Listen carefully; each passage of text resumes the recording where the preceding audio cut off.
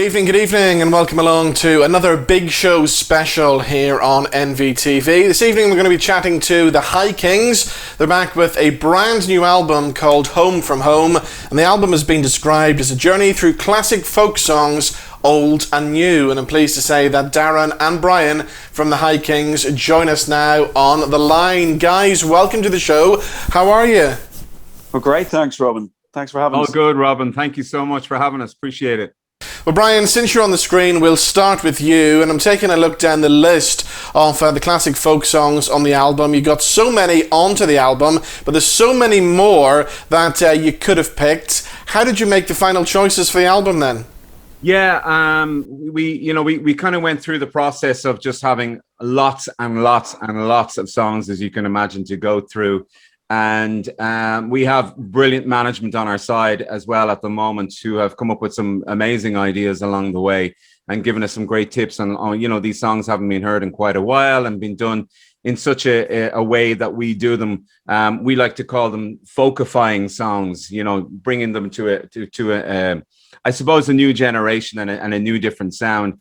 And that's what the High Kings have tried to create over the years. So it was important for us to pick songs that, people haven't heard for a while, or, and I always call Darren the MD of the band. He comes up with some incredible arrangements for the songs, and harmonies are always very important for us. So choosing the right songs were certainly the way to go. And we might have had a bit of time last year to choose which ones to go for. From September we got stuck into it. So it has come up trumps. It really has.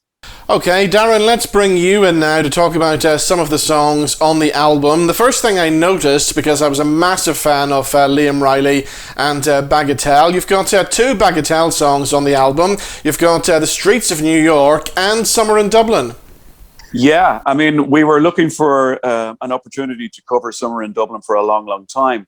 But we didn't know whether to go with the classic tried and tested version that Bagatelle had perfected, or to try and do something fresh with it. So that's what we had been doing. We were kind of teetering with a couple of different versions, but ultimately we came back to the original and the best version. And with Paul now in the band and him playing whistles and mouth organ and all of that, it just gave it a real folk effect, and it's really, really worked. And the reaction has been stunning so far to that one. And Streets of New York as well is one of Liam's masterpieces. He was a genius songwriter, storyteller. He could take you on these journeys, these epic, sweeping journeys musically and lyrically, and capture your imagination easily.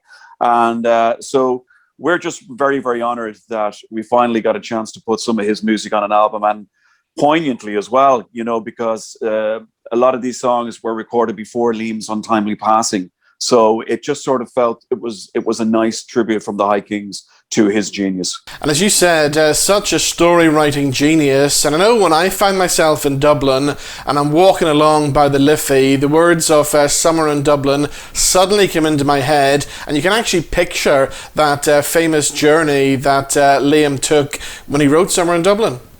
Absolutely. Even when that song came out, I was a kid, and I could actually in my head visualize sitting on a double-decker heading out to Dunleary. And it was like, I don't know if anybody else, I'm sure many people did that, but every time, even now when I hear that song, I go back to that memory, that visual in my head. And it's not too many songwriters can do that to you, to actually write words and music, but actually take you out of where you are and bring you on a journey visually.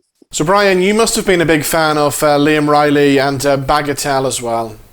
Oh, sure. Listen, as a child, my dad, Sean Dunphy, who was a fine singer himself, introduced me to his music. And of course, my two older brothers did as well. It was playing on in the house the whole time. We as a band have been talking about Liam for such a long time and wanting to do more of his songs. And as Darren said, it was just strange that, we had recorded at such a time and it was poignant.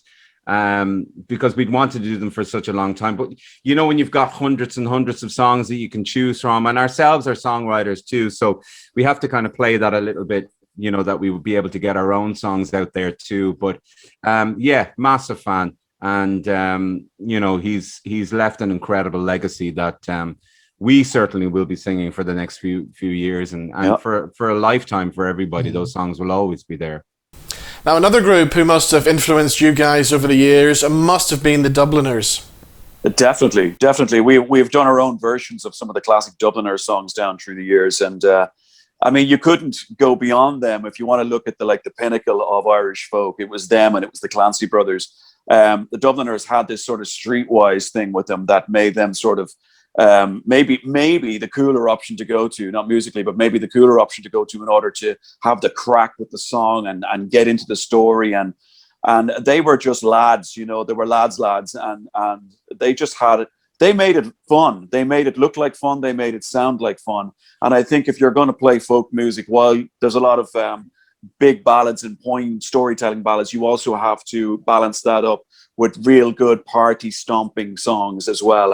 And they perfected that balance, and they set the bar for everybody else to follow. So yeah, we're proud to associate with the Dubliners when we do some of those songs. It was definitely an era where, all the bandmates of the Dubliners, even the Wolf Tones or it was like everyone just wanted to be, or the Furies, they were like everybody's mates, going out for a few scoops. And it's just like, those lads are up there and they're playing a bit of music on stage. We're just going to have a bit of crack with them. And that's exactly what it was like. And we've brought a lot of that to our show. Yes, things have to be slightly different. There's not a lot of drinking going on these days on stage. So things are different, but you're right. I mean, that's what people still kind of want to see, but in the professional world, it's not what is kind of accepted anymore in a strange way. Well, I once had the pleasure of going on a drinking session with Ronnie Drew in Edinburgh, and to this day people still ask me what happened, what was it like. To be honest, I can't remember a thing about it. But those guys, like Ronnie Drew, they were notorious drinkers, they were party guys. So what about the High Kings? Are you guys anything like that? Maybe in the early days. Darren doesn't let us. No, I actually, well, no, better not say, but we every now and again we break out. If we have a couple of days off when we're touring, we kind of like have a good blowout every now and again, and it's just great fun. We maybe when the band got together, we were on tour in America, and we were living the kind of the band dream, living in a tour bus and playing everywhere. We kind of had a few months of that, but you can't sustain that, especially nowadays when you're on such a crazy schedule with touring and promo and getting up at all hours in the morning. You just wouldn't be able to, as much as you'd want to. So now it's organized chaos now whenever we do it. I think he wants us to tell us that it is total chaos. All right, go on then. It is. Tour bus, drinking all day, falling on the Gallagher brothers have nothing on us, man. Well, I once spoke to a journalist who went on tour with Motley Crue in America and actually wrote a book about it. And I was asking him about what happened backstage and after the shows and everything. And he said, well, one thing that definitely happened on the tour bus every night, there was women's knickers everywhere.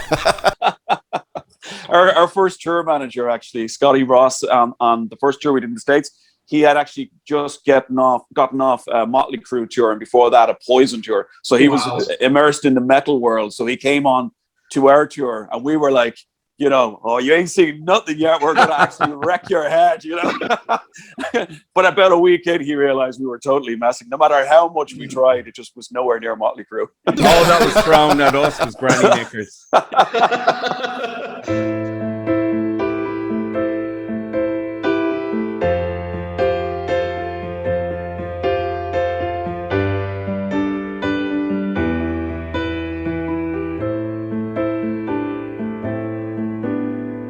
Take me away from the city, lead me to where I can be on my own.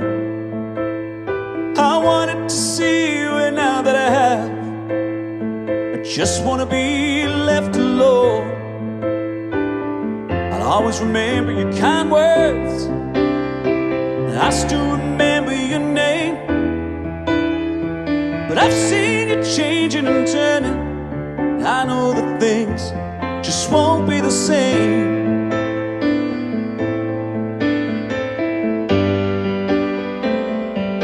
And I remember that summer in Dublin, and the lesbians that stink like hell, and the young people walking on Grafton Street, and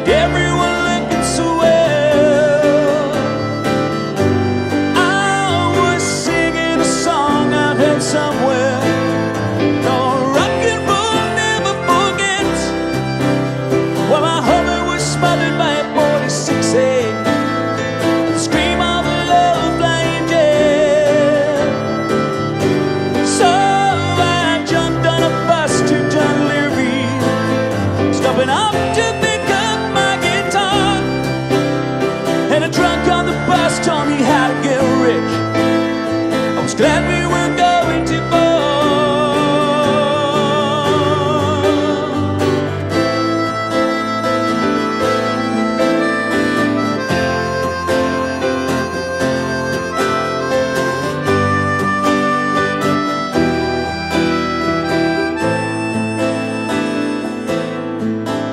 So I'm leaving on Wednesday morning, trying to find a place where I can hear the wind and the birds and the sea on the rocks, and where open roads always near.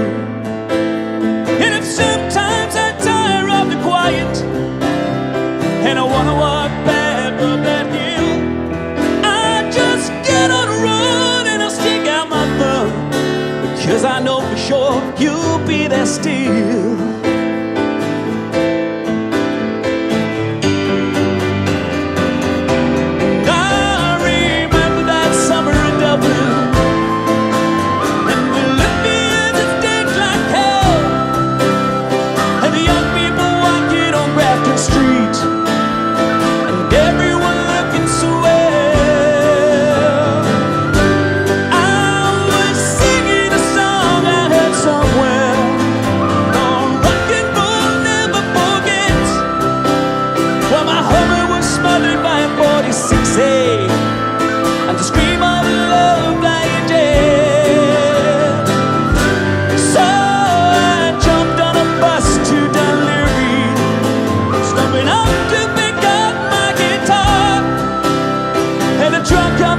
Taught me how to get rich. I was glad we were going too far.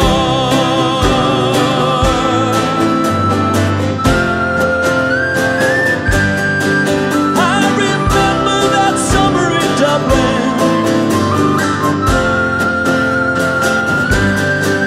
I can still see that sunshine in Dublin.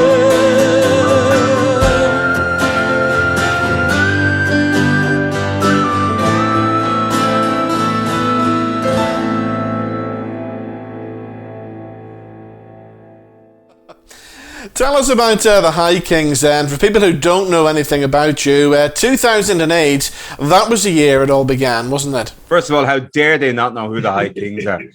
No, I'm joking, of course. Yeah, it started in 2008. Our manager was Dave Kavanagh. He's unfortunately passed away last couple of years. And, you know, he was really in behind this band, and he wanted, as the Dubliners were starting to do, you know, less shows, they needed to fill that void with another folk band. And we were all kind of doing different things from different parts of the world. Darren was in America. He was touring with Moving Out, an incredible Billy Joel musical. I'm sure you might want to talk about that. I had just done Riverdance. I'd done a few good shows here back at home. And then Finbar Clancy came in and Martin Fury came in, and we just got in a room and started working together, and it just, this magic started to happen. The harmony started to work. You had that folk and trad scene, which Clancy and Fury brought to the High Kings, and myself and Darren, a little more on the kind of the I don't know what to say, the musical rock part, the show part of it that we were doing for many, many years. So we were able to bring in that harmony, that vocalizing into the show, and to make it slightly different. And yeah, it just went on from there. I think we're 7 or 8 albums in now, Darren. Is that right? I think so. I've kind of lost count. I think we're in and around that. Yeah. So it's been going from strength to strength. And what's great every year is we've been bringing new fans in every year. 2020 was going to be our biggest year. Our American tour was 40 shows in 50 days. Of course, that cut short halfway through. So we had incredible plans for 2021. So look, onwards and upwards. It's been going great. It must be great as well when you're on tour in America, because over there, every American wants to be Irish, don't they? Yeah, absolutely. Yeah, we kind of get a kick out of that. Yeah, and if they don't dress in green, we get really disappointed. Well, we love the stories. We just kind of hear so many stories, like from people coming up going, my great grandfather's uncle's brother's cousin was from County Donegal, and you know, people love their heritage in the States, and they all want to trace it back to Ireland, which is great, absolutely great for us, because you know, it just goes to show such a small country can provide so much history for the rest of the world and for people to take a piece of it. What about President Obama? Because you performed for him at the White House, didn't you? We got a letter from the White House to the office to state, listen, would the High Kings love to come over and perform for President Obama for St. Patrick's Day? He is a huge fan. And we were like, hold on, we just need to double check this letter. So we sent back an email, and it was official. Yeah. I couldn't believe it. Absolutely couldn't believe it. So to actually get the invitation to go over and play. So we went over and went through about 1 million different security guards to get in. And we were just there just to have a bit of fun. And we got a great tour of the house. And we didn't get to see the Oval Room, but we got to see the rest. And even the Irish heritage within the house itself is incredible. I think it was the same architect that did the White House that did Oris and Uachtaráin. So yeah, so it kind of looks very similar when you look at both of them. So yeah, we had some great conversations with them, none that can be shared online. But we had some great fun. We played for about an hour, and all the dignitaries were there, and yeah, so it was class. Well, let's come back to the new album, Home from Home. I see my good friend Brian Kennedy. He's on the album as well. Brian is on the album. Brian and I had worked with Brian Kennedy in Riverdance about 20 years ago on Broadway, New York, and we had remained friendly down through the years. And we had always, every time we met up with Brian, we always were trying to find a vehicle or a project to do with him and the High Kings. And so, you know, with the lockdown and everything and us planning this album, we had more time and space to sort of approach various different people for doing stuff. And Brian was top of the list, and he jumped in immediately. And his version of Carrickfergus is probably the best one. It's the pinnacle. It's what everybody aspires to. So for us to be able to sing around him and share the lines with him and put our vocal harmony stamp on that song, even now when I hear that one on the album, just get the goosebumps. You know, it's just that magic moment. And his voice is so sublime, and more importantly, he's a lot of fun and a very strong character. We admire him immensely. Now, another song that you guys are famous for is The Town I Love So Well, the Phil Coulter classic. And I believe Phil is a big fan of your version, isn't he? Yeah, thankfully. I mean, when you get a song like that, The Town I Love So Well, it's almost daunting when you take it on, because, again, it's widely regarded that the pinnacle version of that is Luke Kelly. So there's no point in trying to recreate that. So what we did was kind of trial and error for about 2 weeks when we performed it live, and I was singing it, but at the start I was sort of just belting it out in that style, but then I scaled it back and sort of realized that there's a very, very strong story here, and it's got to build, you know. And when Phil heard it, he was absolutely over the moon with it. He sent me a lovely message to say that it was one of his favorite versions of the song, and he's remained a big fan of the group, and he's always sending messages to management just going, are we still doing it in the live show and everything. But we're hoping to work with him again maybe later this year, because we just enjoy his company as well whenever we're sitting down with him. He's a man with so many stories, and the music almost becomes secondary when you're with Phil. It's just, tell us another story, tell us about Elvis or whatever, you know. And then it's great when you have that relationship with somebody like him, then the music will always come out sounding well. And I had Nathan Carter on the show recently, and he talked about working with you guys. That seemed like a good collaboration. That was cool. We were in America at the time when they contacted us to try and do the song together, and eventually had to get into a recording studio. Of course, it was May the Road Rise to Meet You. Great song, great anthemic piece. Absolutely lovely. We were delighted to get in on it. We ended up recording our vocals actually in America and sending them over because they needed it so fast. And then when we got home, they wanted to do the video in Donegal and Slieve League, and it was the most coldest day I have ever felt. But what an incredible and an excitement day it was for everybody. You know, we knew we were doing something quite special here, and even it was going to get across, excuse the pun, but it was going to get across the water to America to be seen by a lot of people over there too. So yeah, no, it was a lovely, lovely project to be. And Nathan's cool. He's just, you know, get in, get it done. And in fairness, like he's had some career himself. So you guys must be ready now to get back out on the road and play some live gigs again. Oh, we're like greyhounds waiting to be just let out at this stage. We're ready. You know, we've been planning and plotting, recording, and we've been doing some lovely little pieces online and together rehearsing online. And it's just, you know, we've always enjoyed playing live. Our fans, we always refer to them as the fifth High King, and they make us feel like family wherever we go around the world. And we miss them. And we miss that connection with the live audience.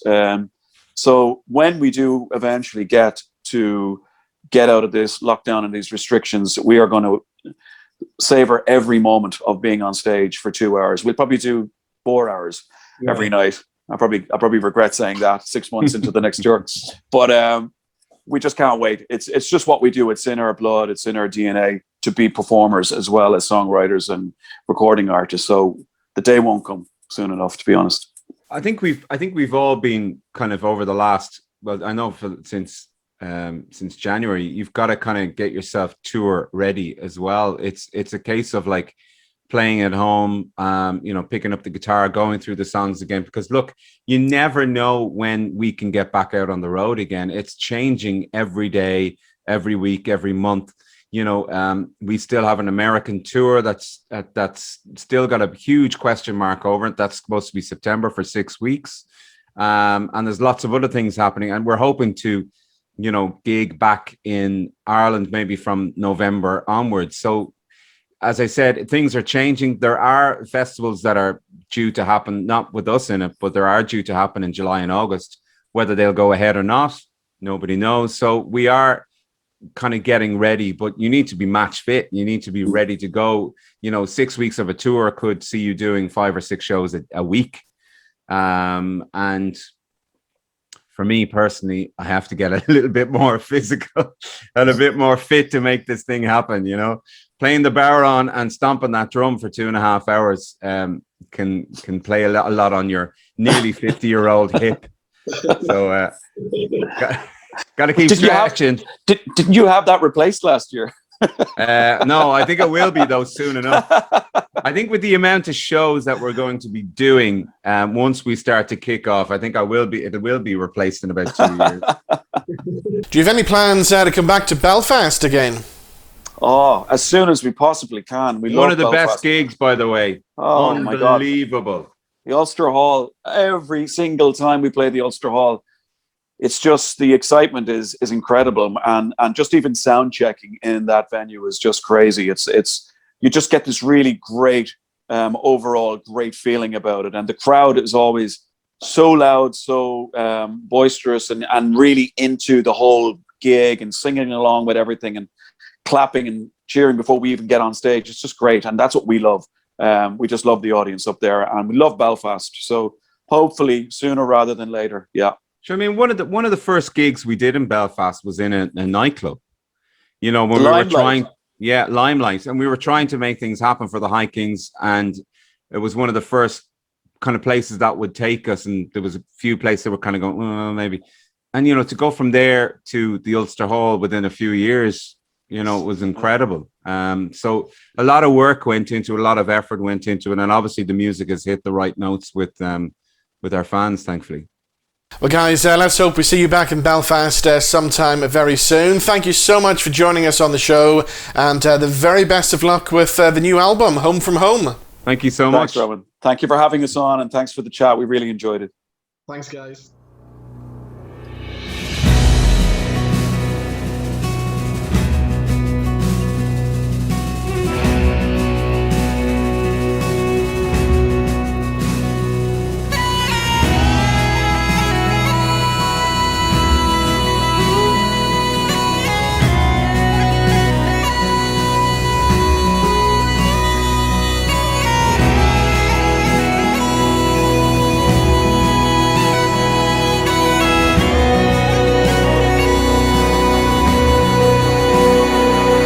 like the waves of the ocean crashing on the cliffs some more.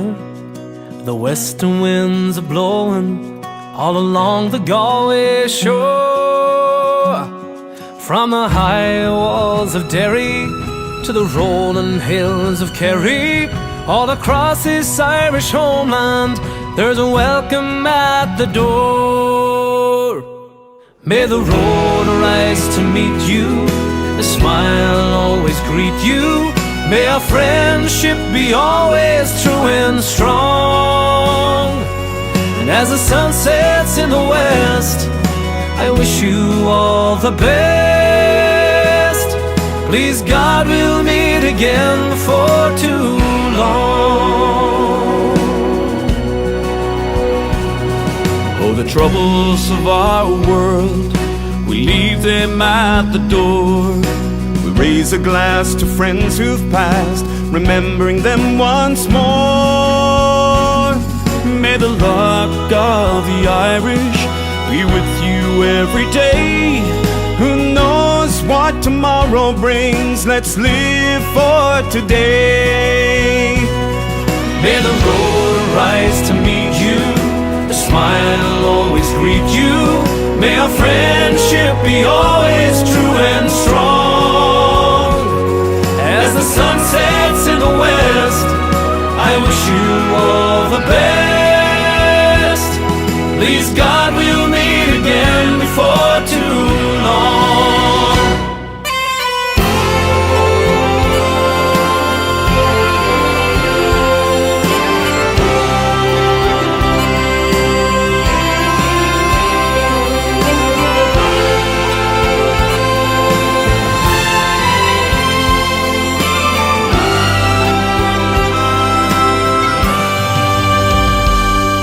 May the road rise to meet you, a smile always greet you. May our friendship be always true